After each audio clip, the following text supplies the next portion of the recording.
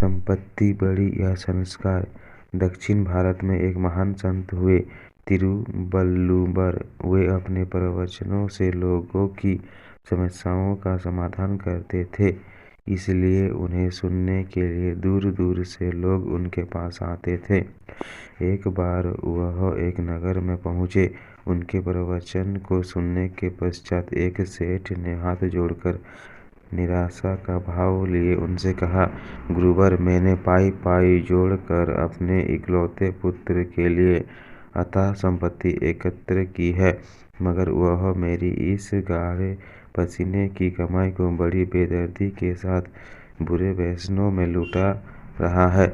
मैं बहुत उलझन में हूँ। पता नहीं भगवान किस अपराध के कारण मेरे साथ यह अन्याय कर रहा है। संत ने मुस्कुरा कर कहा, सेठ जी, तुम्हारे पिता ने तुम्हारे लिए कितनी संपत्ति छोड़ी थी? सेठ बोला, वह बहुत ही गरीब थे, उन्होंने मेरे लिए कुछ भी नहीं छोड़ा था। संत ने कहा, तुम्हारे पिता ने तुम्हारे लिए कुछ भी नहीं छोड़ा, इसके बावजूद तुम इतने धनवान हो गए। लेकिन अब तुम इतना धन जमा करने के बावजूद तुम यह समझ रहे हो कि तुम्हारा बेटा तुम्हारे बाद गरीबी में दिन काटेगा। सेठ ने अश्रु भरी आंखों से कहा, आप सच कह रहे हैं, परंतु मुझसे गलती कहाँ हुई जो वह व्यसनों में डूबा रहता है? संत ने कहा, तुम यह समझकर धन कमाने में लगे रहे कि अपनी संतान के लिए दौलत का अंबार लगा देना ही एक पिता का कर्तव्य है। इस चक्कर में तुमने अपने बेटे की पढ़ाई और संस्कारों के विकास पर कोई ध्यान नहीं दिया।